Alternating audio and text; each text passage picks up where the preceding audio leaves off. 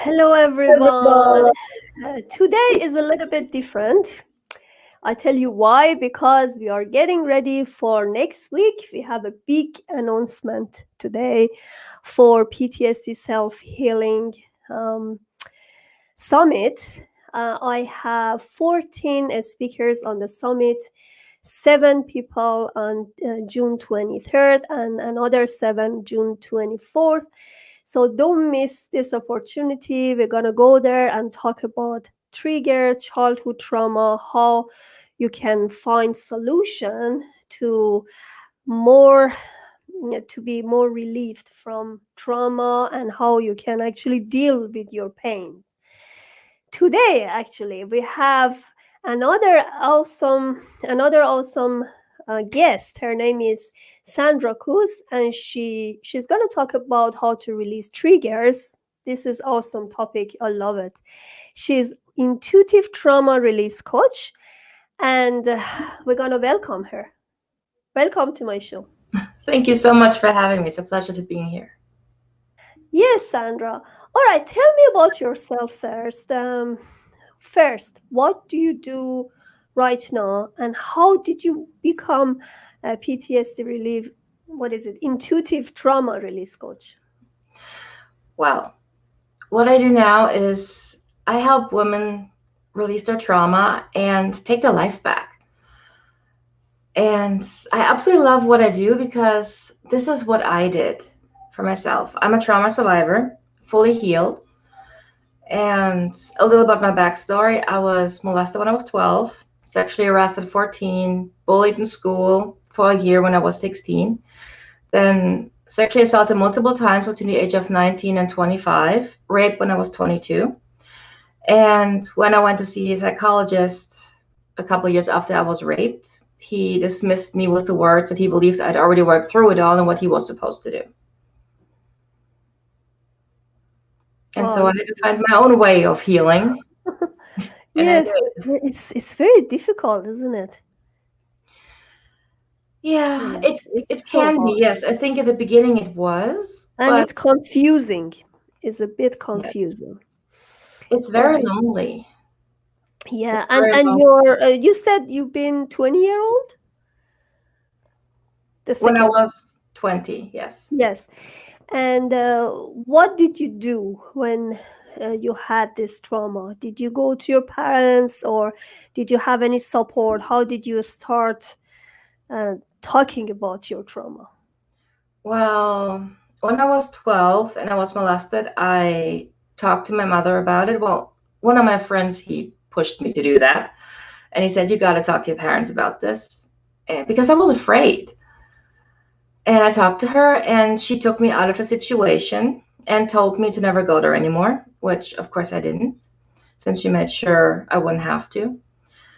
Then when I was 14 and I was sexually harassed, it was played down by my parents, like still trying to protect me, but in a way that wouldn't offend the other person who was trying to touch my breasts at 14. And that was the first time when I was like, wait a minute, why am I being dismissed here? Why don't you stand up for me more? So when I was bullied in school, I went to my grandma because my grandma was my rock. I told her everything.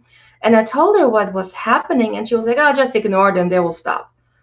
Of course, they didn't stop. It went on for about a year until finally the teacher intervened. And so I've learned at a young age that no one came to my help. And then when I was dismissed by the psychologist, I hadn't even told my parents I was raped. I was just like, for what? I hadn't gotten any help in the past, so why now?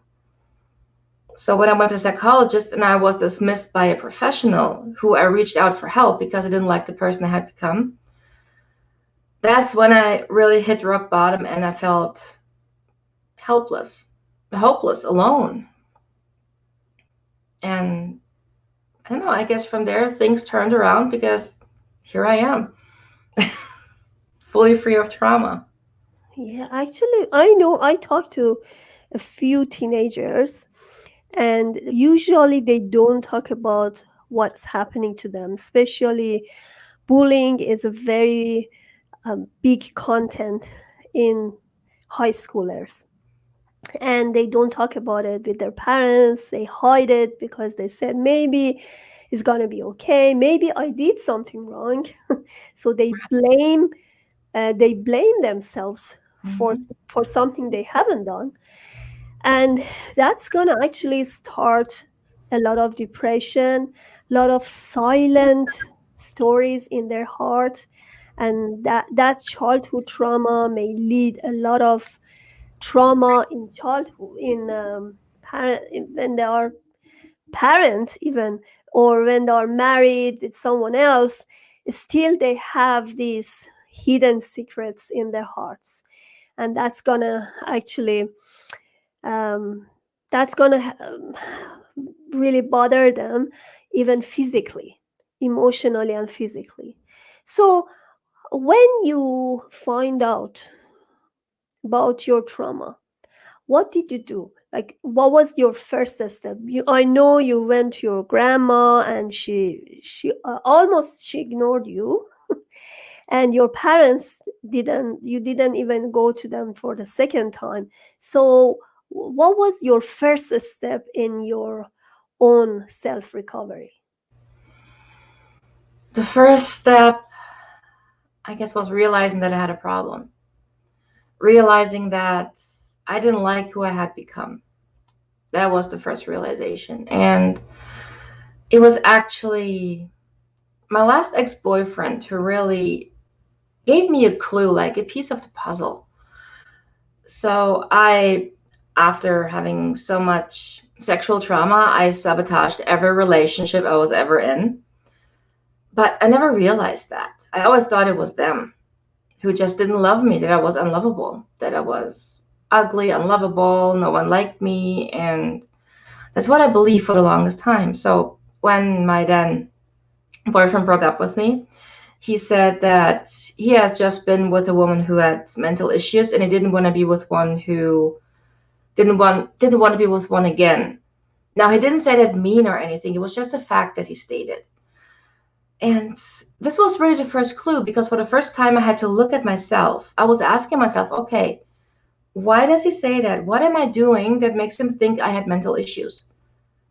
And so I was reflecting back on a relationship and saw how it started out great, but as soon as it started to get serious, I started to sabotage. Like, I was calling him every day. Like, I was like the fear of rejection, the fear of being left alone.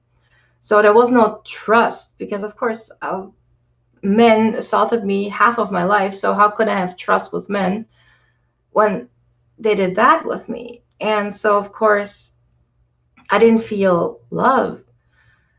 Well, at the same time, looking for Prince Charming who comes on his white horse and rescues me, so I was in this vicious cycle. And then I started looking back on the other relationships I had, and I did the exact same thing. And then I said, okay, this is what I'm doing. I don't like what I'm doing. I'm going to stop having relationships until I like who I am.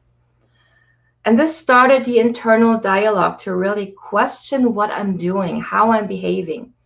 And this is really how I started to heal, just by observing myself without judgment, with pure love and compassion, and say, all right, this is what I do. I don't like this. Why am I doing this? Let's change that. And this was the whole journey, really. It was difficult at the beginning, because who likes to look at themselves and their failures? But it's the most powerful thing we can do. That's the same pattern for all of us. I'm telling you, because we as teenagers, as young girls, we may do the same thing. Because I remember myself, by the time I have my husband, when I was in late 30s, I've done so many, mistakes. And I'm not saying mistakes, because by the time you realize who you are, it take you some relationship to understand yourself. And you need to look at yourself. Do you love what you see in the mirror? Do you want to be that person? People love you. What do I have inside that other people can look at me? And problem with other like failing relationship is that what you said, it's so interesting, because I see the cycle is going to be repeated over and over again if you don't change this pattern. Because um see, the girls, they call boys all the time when they see that they are they are rejected, and that's the full story, and this pattern that continues. But or females, or doesn't matter, male or female, they should realize how valuable they are. And by the time they don't love themselves and they don't feel happy with themselves, they can't love someone else.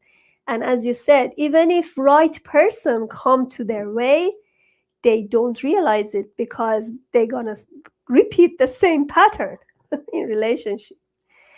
So what about the triggers? So what kind of triggers did you have, and how did you recover from them? Well, triggers, they were all over the map.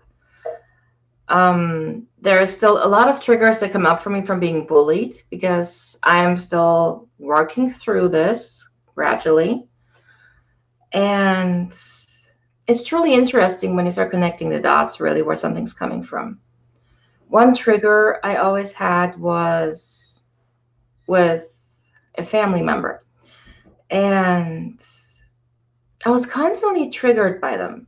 And I couldn't understand why. What was it about them that triggered me so much? I even went to see a counselor here in Canada, and she couldn't give me any answers because she doesn't do trigger release. But a few years later, I finally understood, because it was really the same. That person had the same vibe as that girl who bullied me in school. So I was just ticked off by her because I was catapulted back to the trauma in school. So it's really interesting how once you can understand the trigger, it falls apart, because you bring understanding, you're closing the cycle. And once I understood that, I started to go into deeper trigger release. So whenever I felt that I was being triggered, so I was upset, I was angry, I don't know, just feeling of not feeling okay. I was like, okay, why do I feel like this? Where is this coming from? And then I started to always follow the trigger until I knew the answer where the root cause was. And I loved it so much that I'm now teaching this to my clients. That's beautiful. What is your technique in releasing triggers? My technique is a thought journal, where I encourage my clients to first determine what they were actually feeling. So in essence, the situation, you have to write down what happened, what triggered them. Was it their spouse? Was it a song, a smell, something someone said or they heard or saw? And then they have to write out what they felt. Because when we're being triggered, we're like exploding, it's like it comes to the surface so fast, our emotions take over, and we have no chance to react, because it's like a huge explosion. But then after, we have to go back and say, what did we actually feel? Anger, yes, of course you feel angry, but anger is a mask. Anger is a mask for pain. So why did we hurt? So exactly what is the emotion? Was it the feeling of ridicule? Was it a feeling of not being good enough? Was it shame, guilt, fear? What was it? Once they can determine the emotion, they have to write it down and then say, okay, why did I feel like this? Where did I feel like this before? And they take that emotion and they follow it. They just go through, like, I don't know, like a photo album, and look through different pictures to the situation where they felt like this before. And then they look at it and they bring understanding to the situation that happened in the past. And then I say, okay, I understand it. So they start feeling lighter, because in this moment, they understand what happened, they release it. And then they have to ask themselves, okay, where else did I feel like this? So really what I'm doing with my own triggers, the exact method I'm teaching my clients. So following the trigger until you get to the root cause, and you'll know when you reach the root cause because it's the most intense. And then you look Exactly. at it. It takes time. It takes time. Yes. It depends on the trigger, really. If it's like a light trigger, you can release it in one voyage. And other times when it's a heavier trigger, it takes a few attempts to release it. But every time you're being triggered with this trigger, it's getting less and less and less until you're not being triggered Yeah. anymore because the root cause is released. Sometimes these are accumulation of triggers. Like something happened and you hide it, you don't process it, and again happens, something else similar happens. So that's why I don't believe that time can actually cure all of our PTSD problems, because it doesn't. Because I've heard this proverb everywhere: time is the best cure. Is not. Because by the time that's in your heart, it even is going to show it to yourself as a physical problem. There are lots of chronic disease out there, and if you go to the root cause, it's PTSD. It's Mm. something that happened in your childhood, maybe relationship failure, maybe this pattern that it's still repeating, and the belief that you have about yourself. So by the time you don't reframe this belief and don't reframe your brain, that's going to happen to you. Doesn't matter how long passes. It's It's very going to true. be like Time that. doesn't heal anything. No, Time is no, I just don't time. believe it. Yes. Okay, we go for a few second break and we come back again. Please subscribe to Pantea Kalhor Transition channel and order my book Rules of Change for the Better. Tune up your mood and transform your life to reach your biggest dreams.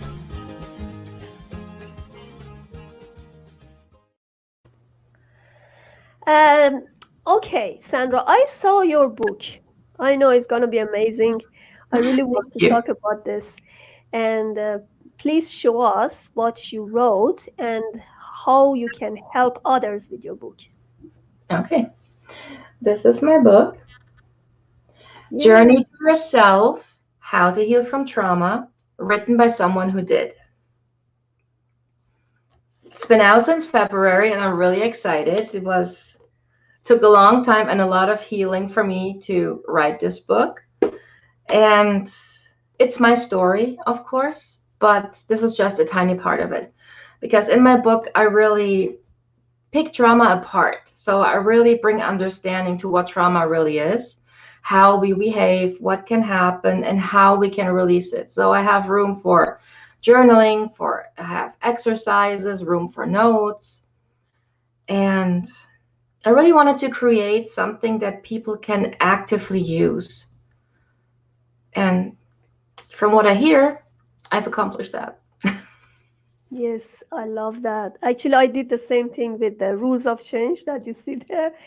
Um, because journaling for me was the best friend, because there are a lot of hidden things in your heart that when you see it on the paper is not hidden anymore. And it's a great remedy when you can share it with others, because the way you recover from those traumas may help others, right?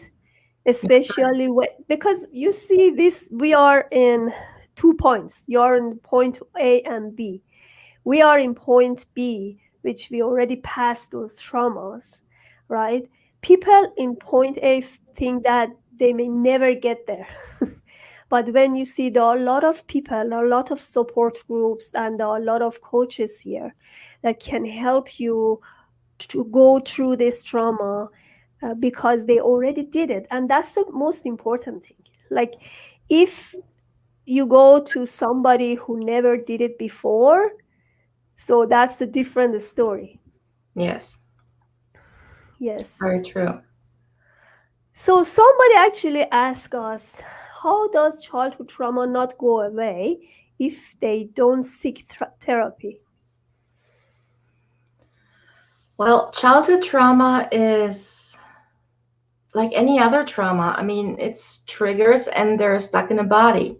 And the only way to release it is really to work through it.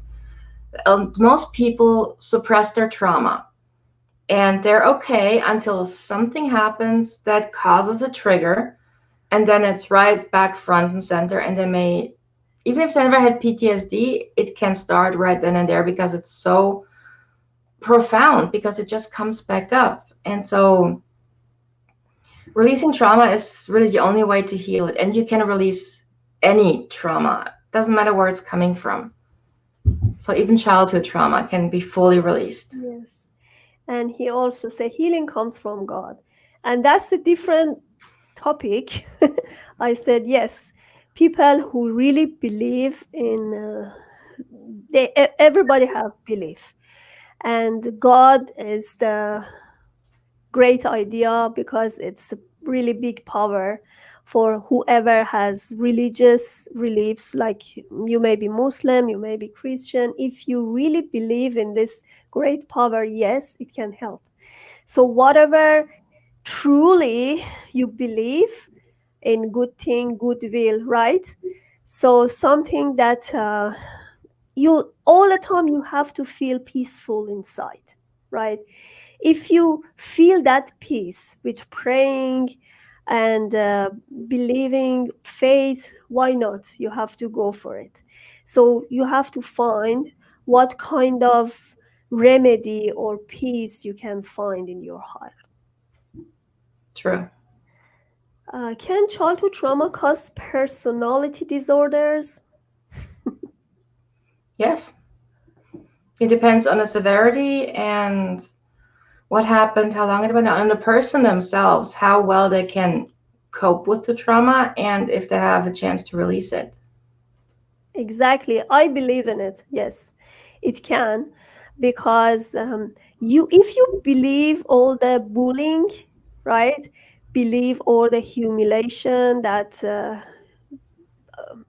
you already confront, yes, it can. But if you stand there and look at yourself and see that I am I'm an empowered woman. I can do whatever I want. And this is not the mirror when you look at yourself is a very confident woman, is somebody who can stand by herself, can raise her voice. Yes, we can. So it depends how much we're gonna believe those bullying, or how much we're gonna let ourselves to go to depression, humiliation, and all the low and negative emotions. And always say, my wife was abused growing up. No, she has BPD. I don't know what is BPD. You know that? No, I never No. knew. And she said she was physically abused while her mother watched. Okay.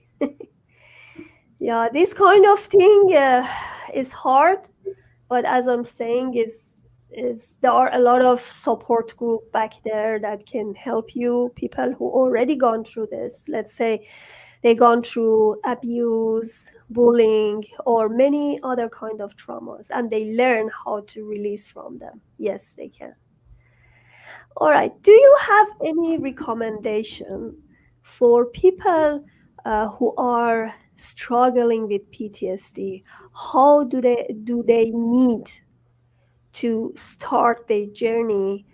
And do you recommend to do it themselves, or they go to support group or someone else? Something what I highly recommend is traumatic incident reduction. It's a modality similar to EMDR, and it was created about the same time in the 80s.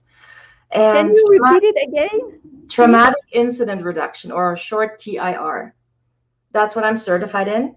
And it was designed specifically to release trauma and PTSD, and it is strict trigger release. I love it. With my clients, I release one incident within 5 to 6 sessions. It's fast and gentle, and no one has ever heard about it. but it's amazing. And if someone is still struggling with deep trauma, yes, I highly recommend that. And if you'd like to have more information, their main website is tira.org, or you can just ask me. Yeah, if you And send me that link, I or will.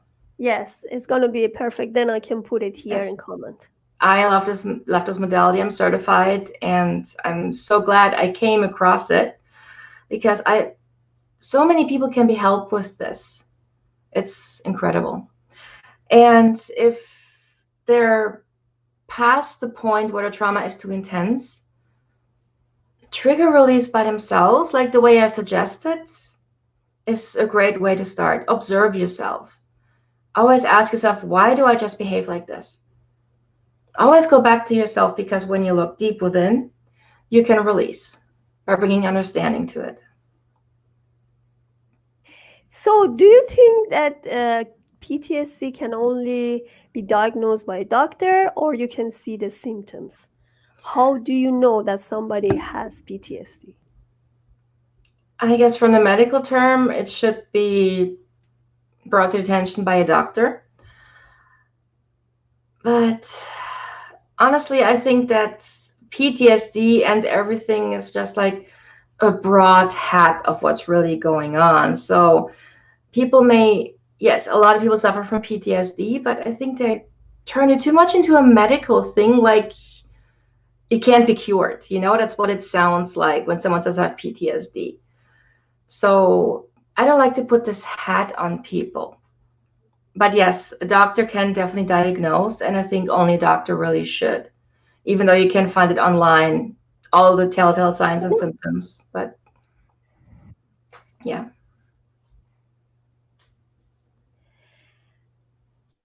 Actually,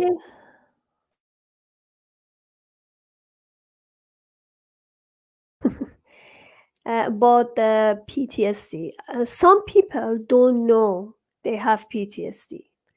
As as it happened to me again, like when I was dealing with a trauma, I didn't know that I have PTSD.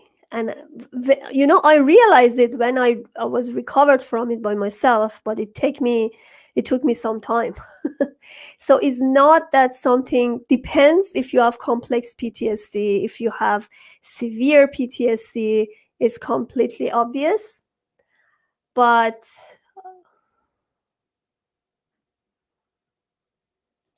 oh, for a minute, I'm gone. So if you have severe PTSD, complex PTSD, everything depends. But I think if you don't process your trauma, whatever it is, yes, it's going to be more complex. It's going to be more severe. But to my understanding, not everybody goes to doctor to have their PTSD problem checked. This is the feeling, because everybody confront trauma, and the way we recover from the trauma, it's us. And if we can find something like a self-recovery, it can help, like journaling or even going to somebody who is doing the support. Yeah, it really helps. Okay, is that your website? No, this is the website for the traumatic incident reduction, their main website, if Okay, anyone is interested to learn more. I'm gonna put this for my audience. Yes, TIRA.org. Yes. Can you talk a little bit about this? Yes. Okay, this is the main page from the Traumatic Incident Reduction Association. And it's also the place where you can find facilitators in your area to have a list of practitioners, and also how you can learn it yourself if you like, if you feel drawn to this kind of work. So it really gives you all the information, what it is and what it does, how it works, and I highly recommend it. Beautiful.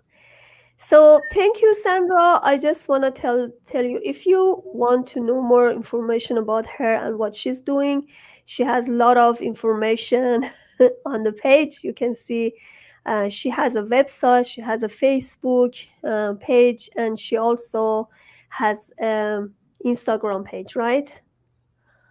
Yes. So see, you said you have a program here, mini course, trigger Yes. release.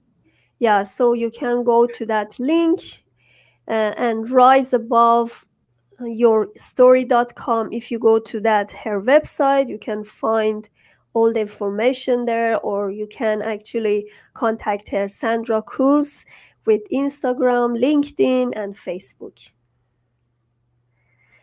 Thank you so much, Sandra, for being here. And I really enjoy talking to you.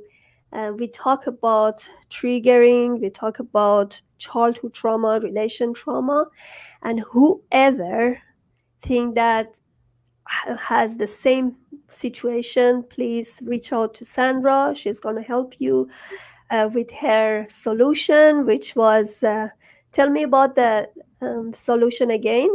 Just want to know. Which one? The traumatic incident Yes, reduction? yes, TI. TIRA.org. Yeah, and she's going to help you recover from PTSD. Thank you so much. Thank you so much for having me. It was wonderful. Yeah.